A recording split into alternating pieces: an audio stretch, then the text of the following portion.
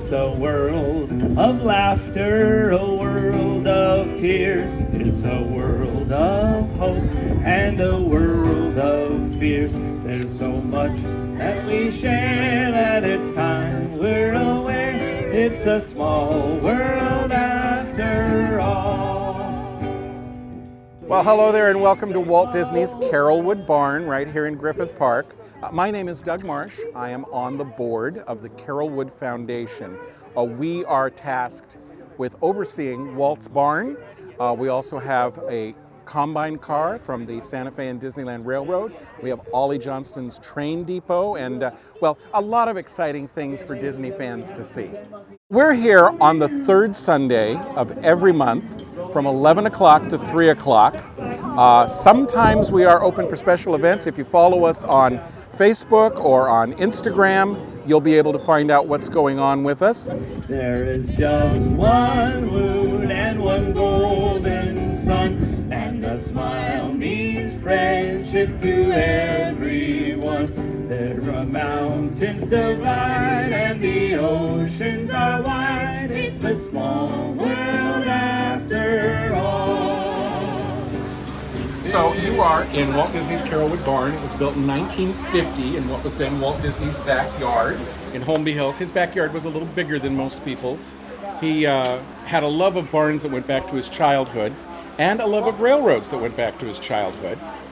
The family moved to a little farm outside Marceline, Missouri when he was 5 years old, and the Santa Fe Railway had a right-of-way running through the property. Walt's Uncle Mike was an engineer on the railway, and Walt knew if he ran out into the fields and waved at Uncle Mike would blow a special train whistle just for him.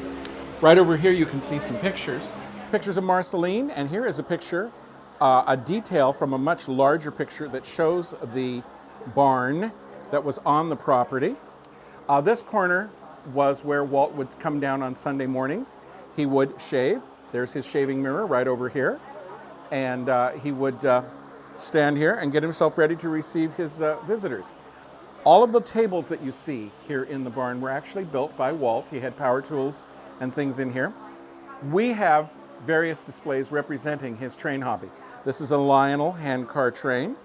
As you know, the Lionel Train Corporation was basically saved by the Mickey Mouse handcar, which sold for $1 during the depths of the Depression. We also have some materials from So Dear to My Heart. So Dear to My Heart was the inspiration for this barn when Walt Disney was describing what he wanted Granny Kincaid's farm to look like. In the movie, and we have a picture of the set right here, he described the barn in such specific terms that everyone realized he wasn't just making it up. He was describing the barn he remembered from his childhood in Marceline. We also have some material here from The Great Locomotive Chase. This was a movie Walt loved because he got to work with vintage locomotives. And he, as you know, eventually indulged that love when he built Disneyland and had steam trains operating, live steam trains at Disneyland. Over here in this corner, we have some exhibits that are devoted to two of Walt's top animators, Ward Kimball and Ollie Johnston. Ward, of course, was the creator of Jiminy Cricket and other famous animated characters. He operated a full-size live steam train in the backyard of his house in Rosemead. Actually, it was in county property. Ollie Johnston over in La Cañada Flint Ridge had 1/12 scale trains operating in his backyard. We have Ollie's toolbox here. We have things that belonged to Ward. Right here on this table, we also have the toolbox that belonged to Roger Brogy, who was the Disney studio machinist who built the Lily Bell engine. He's a Disney legend. And do you see his Rolleiflex camera there next to that? Yep. That camera took hundreds of thousands of pictures of Disney studio properties and equipment and the Carolwood Pacific Railroad. We also have here a bent or a support for the trestle that was used in Walt Disney's Backyard Railroad. We're particularly proud of the fact that we have a gondola car here. This gondola was actually used in Walt Disney's backyard. It looks like it's made of wood, but it's actually cast aluminum. They would be able to fit a seat here and a seat here, and two adults could sit in this car and could be pulled around the property by the Lily Bell engine. Here in the center of the room, we have a engine that was under construction for many, many years. The widow of the constructor presented this to us. Shows you what one of these looks like on the inside. These were done from plans that Walt Disney marketed through a little company he set up called Walt Disney Miniature Locomotive Incorporated. And people could actually build their own Central Pacific 173 Lilybell. The actual Central Pacific engine had been broken up in 1909. Walt Disney never saw it, but there were photographs and drawings. And so he created his and called it the Lilybell in hopes that his wife would love it as much as he loved her. You will also see this engine. This is I should say the engine down below here is the 1/8 scale. You will also see this same engine in 5/8 scale at Disneyland, where it's Disneyland Railroad #1, with the exception of one major detail, and that is the cab. The cabs on the engines are a little larger because Walt, as creative and brilliant as he was, could not come up with 5/8 scaled engineers and firemen to operate his trains. So the cabs are a little bit larger, they're out of scale, but this shows them in correct scale. Over here we also have up on the wall the layout of the property where Walt Disney built his backyard railroad. You can see Carolwood Drive up near the top, and up in the north corner was the high point of the property. It had a little slope that went down rather steeply to a canyon with a public access bridle trail. The main house and the garage and pool house were built up on the main part, and then Lily had a big formal lawn and gardens right here. Halfway down the hill, Walt Disney laid out an area and called it, leveled out an area and called it Yen Sid Valley. I don't think I have to tell you or your readers where he came up with Yen Sid. You may know that Yen Sid was also the name of a character in a famous Disney film. That was the sorcerer in The Sorcerer's Apprentice. And now you know that there was once a Yen Sid Valley. You can see the figure 8 there with the barn in the northern part. Of course, Walt being very creative, he started adding sidings and railings and tunnels and things. And then one day he came home to his wife and said, you know, Lily, if we wanted to, we could run the track all the way up around the house, all the way down the side, and then have a big trestle bringing us back down into Yen Sid Valley. Well, Lily already thought it was a little odd that her husband, who was nearly 50 at the time, wanted to play with toy trains in the backyard. And she said, I really don't think that's a good idea because I'm going to have formal flower beds along the side, and I can't have a train huffing and puffing smoke and cinders into my flower beds. Walt went back, talked it over with the engineers, came back and said, I've got a great idea. We'll put a tunnel through the side yard, bank your flower beds up, and that way you can have your flowers and I can have my trains.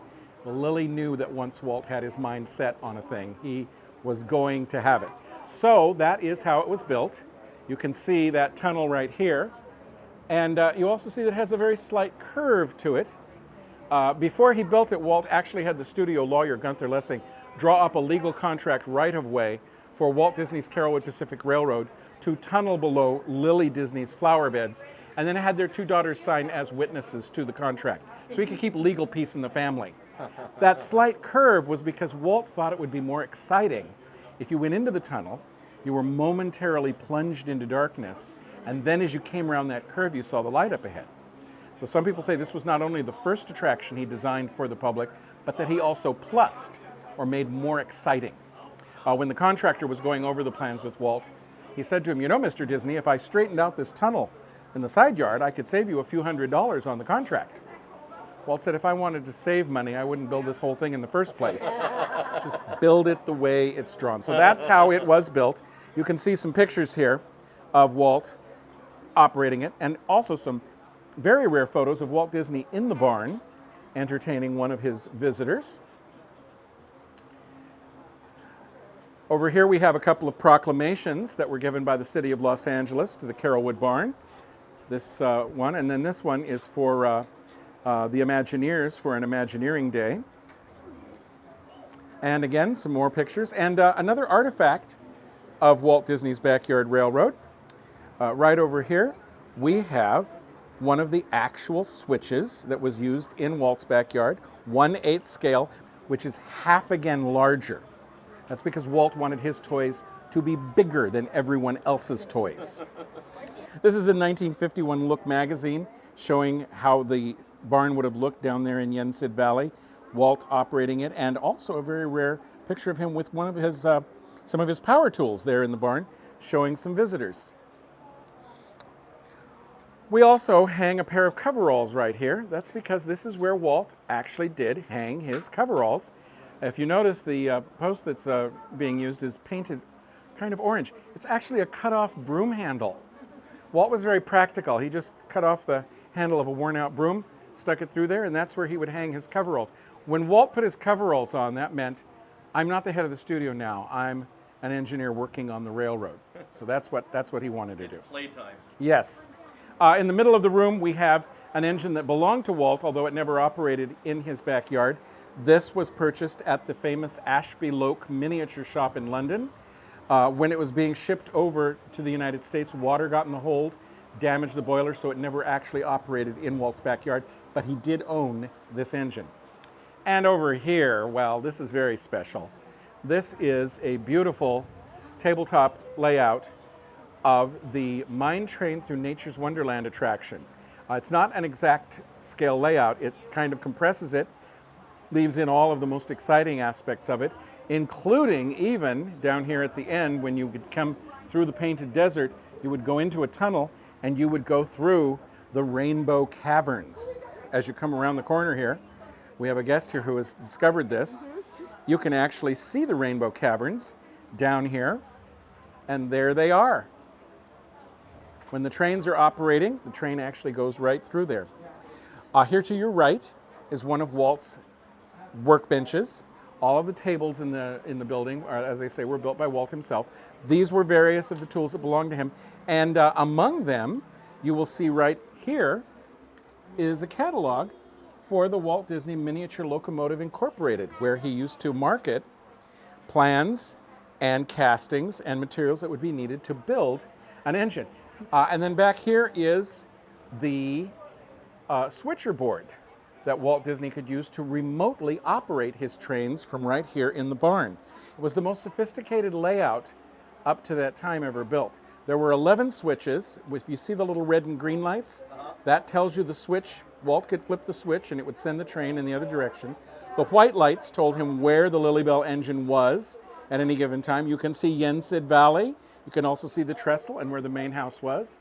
And up here overhead, you can see Walt actually working on that switcher board, and even has the telegraph key back there in the back. This is one of the few things in the barn that we do let people touch, because you know kids want to be able to do something while they're here. There you go. We also have Walt's old-fashioned telephone, which you may not touch. This was actually wired up to the main house at the top of the hill. They could call down and let Walt know if he had visitors, or he could call up to find out if lunch was ready. So this was the way that the layout worked. Walt operated this from about 1950 to 53. That summer, it got too crowded, too many people coming in, and sometimes Walt didn't know who might be operating the trains. One weekend, as they were operating the train with a guest engineer, the Lilybell jumped the track, fell on its side, hot steam shot out. All the kids ran over to see what the excitement was, and a little girl got burned on the leg. So Walt and Lily talked it over, decided it was time to put the trains away, and besides, by then Walt was thinking of a bigger place where he could entertain a lot more people, and that of course became Disneyland. The track was eventually taken up, Walt asked for this himself, and brought here to the Los Angeles Live Steamers. They had organized in 1956, and today they still operate the Disney Loop. And the barn itself was brought here in 1999, after Lily Disney passed away in 1997. And we are very happy to be here on the third Sunday of every month, and hope people will come and join us for our free public days. It's a small world after all. It's a small, small world. Great word. Great word. Hey, look at those names to the left. They are part of the Skywalking Force, our Patreon. Become a producer yourself and check out all the Disney Plus themed bonus content available depending on the level you subscribe. Become a member of the elite Skywalking Force at skywalkingforce.com.